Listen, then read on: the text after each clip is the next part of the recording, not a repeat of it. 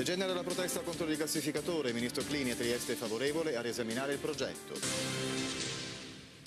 Buonasera. Momenti drammatici. Ieri sera al Porto Vecchio di Trieste 1 migliaio di persone contro la costruzione del rigassificatore di Zaule ha bloccato il convegno organizzato dalla Curia, che aveva invitato a parlare il ministro dell'ambiente italiano Corrado Clini e il governatore del Friuli Venezia Giulia Renzo Tondo.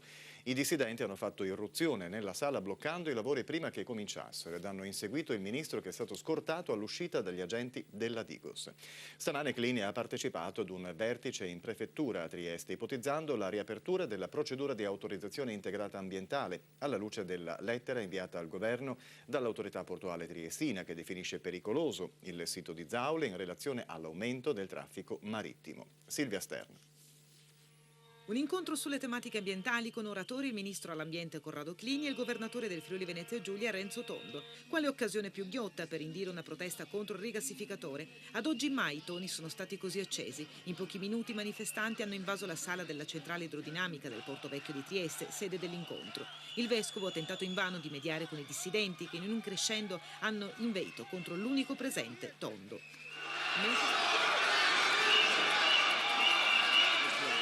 Certamente, se a fronte di una posizione collaborativa da parte della Regione nei confronti del Governo a studiare le soluzioni permane da parte della comunità locale e in particolare dalle istituzioni locali una posizione diversa, cercherò di prendere atto. I manifestanti hanno aspettato al varco il ministro Clini, che non ha potuto nemmeno entrare nella sala. È stato scortato dalle guardie del corpo e dagli agenti della Digos in una vera e propria fuga fino al rifugio in una sala della centrale. Qui siamo riusciti ad intervistarlo mentre alle nostre spalle i dissidenti tentavano di forzare la porta.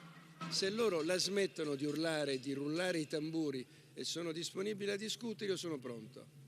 Se invece immaginano che il tema venga affrontato in questo modo, hanno già perso. Se qualcuno si immagina che io cambio opinione perché c'è qualcuno che fa suonare le trombette e urla, se lo possono scordare. Non è avvenuto mai e non avverrà certamente adesso. L'unica apertura è una nuova valutazione di impatto ambientale strategica da studiare assieme al porto. Fino ad oggi non ho ricevuto nessuna comunicazione in merito ad una modificazione degli scenari, per così dire, di traffico portuale che erano previsti quando il rigassificatore è stato progettato. Se al ministro attuale vengono presentati dei dati diversi, noi riapriremo questo dossier.